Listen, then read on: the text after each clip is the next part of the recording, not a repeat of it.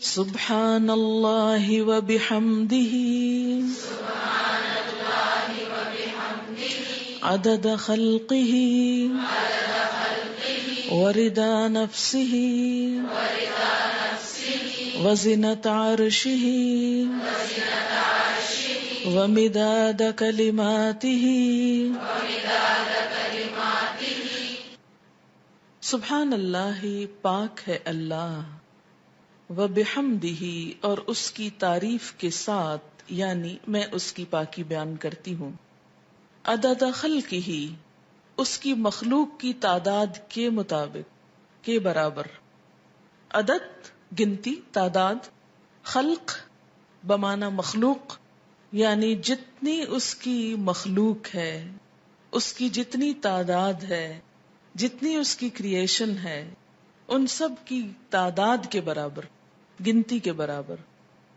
وردا، اور رضامندی، نفس ہی، اس کی نفس کی، یعنی اس کے نفس کی یا اللہ تعالی کی ذات جس چیز پہ راضی ہے اور جتنی تعریف پہ راضی ہے اتنی تعریف کرتی ہوں.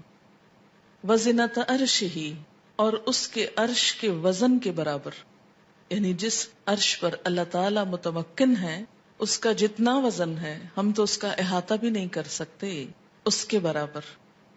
ومداد، اور سیاہی، کلمات ہی، اس کے کلمات کے لکھنے کی، یعنی قرآن پاک میں آتا ہے کہ اگر سارے سمندر سیاہی بن جائیں اور اتنے ہی اور بھی، اور سارے درخت قلمیں بن جائیں اور اللہ کے کلمات، اس کی تعریف لکھی جانے لگے تو سارے سمندر خشک ہو جائیں، لیکن اللہ کی باتیں کبھی ختم نہ ہوں.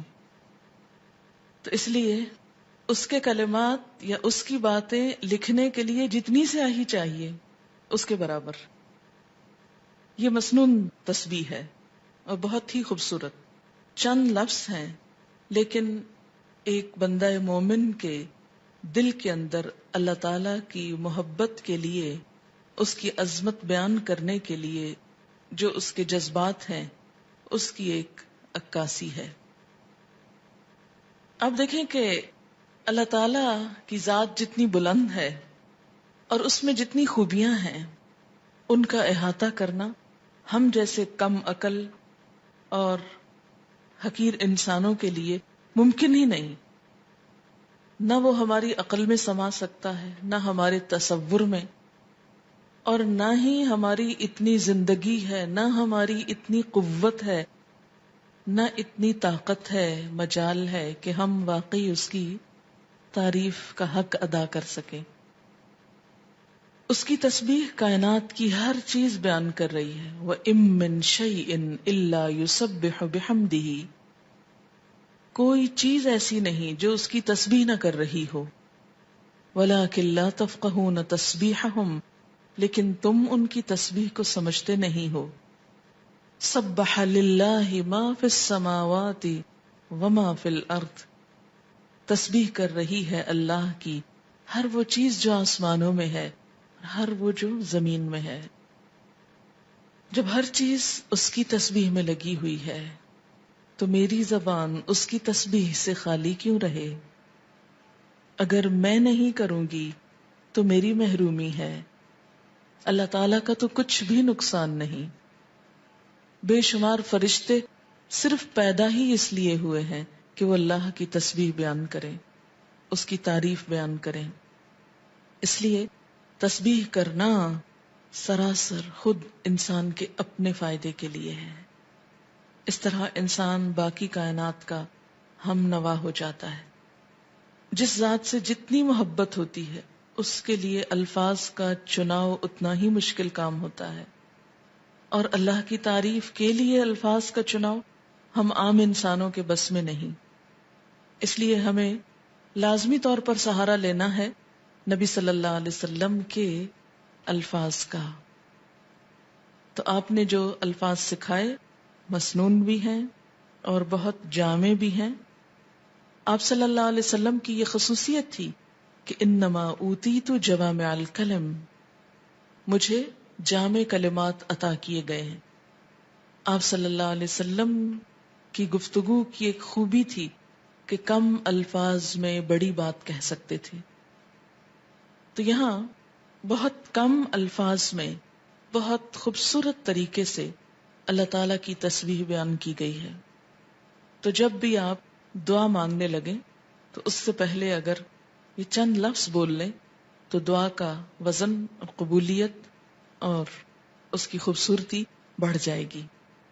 اب دیکھیں کہ دعا کے شروع میں اور آخر میں تسبیح پڑھنا اور درود شریف پڑھنا یہ ایسا ہی ہے کہ جیسے کسی کو کچھ دینے کے لیے آپ ایک خوبصورت جیسے گفٹ پیپر ہوتا ہے یا اچھا کوئی برتن ہو سکتا ہے یا کوئی بھی چیز جس میں آپ کوئی چیز ڈال کر دے رہے ہیں.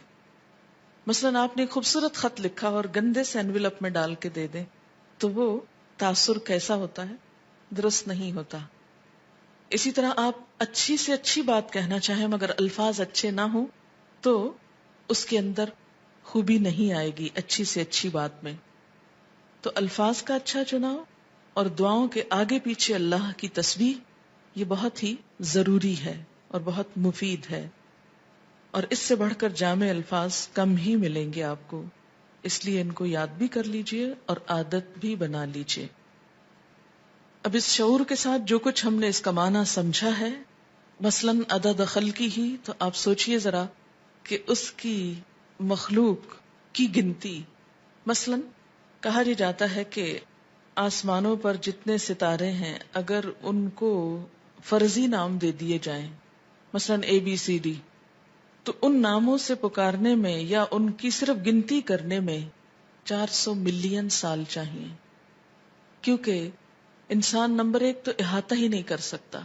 اور اگر صرف گننے لگے ان کو، صرف ستاروں کو، ابھی زمین کے ذرات کو نہیں، ریت کے ذرات کو نہیں، اگر آپ میں سے ہر ایک کو پورا کراچی شہر مثلاً سمندر کے کنارے پہنچ جائے اور ایک ایک گلاس ریت کا اٹھا کر اس کو دے دیا جائے ہر شخص کے کہ اس کے ذرات گنو، تو میرا خیال ہے کہ صرف وہ ذرے گننے میں اس کو کئی سال لگ جائیں، ایک عمر بیت جائے.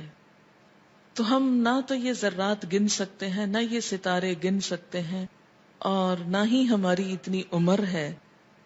تو یہ ایک تسبیح لے کہ اگر ہم چند دفعہ سبحان اللہ کہہ بھی دیتے ہیں اس سے حق نہیں ادا ہوتا. سارا دن بھی بیٹھ کے تسبیح پڑھیں تو مت کبھی سوچیں کہ ہم بڑے عبادت گزار ہو گئے اور بہت کچھ کر لیں. کچھ نہیں کیا.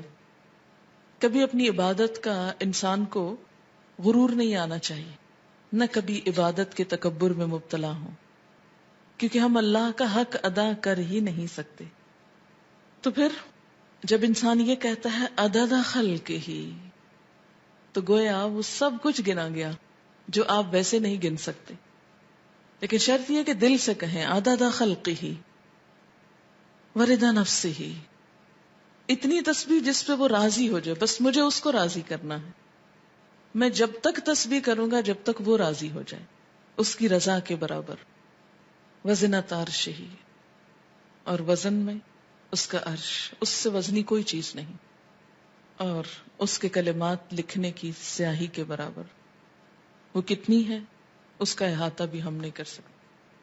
اب آپ دیکھیں لیکوڈ بھی آ گیا اور ایبسٹریکٹ چیز بھی آ گئی اور ٹھوس چیز بھی آ گئی، یعنی ہر چیز کا ایک طرح سے احاطہ کیا گیا. اب اس تصور کے ساتھ تسبیح پڑھی. سبحان اللہ و بحمدہ عدد خلقہ ورضا نفسہ وزنۃ عرشہ ومداد کلماتہ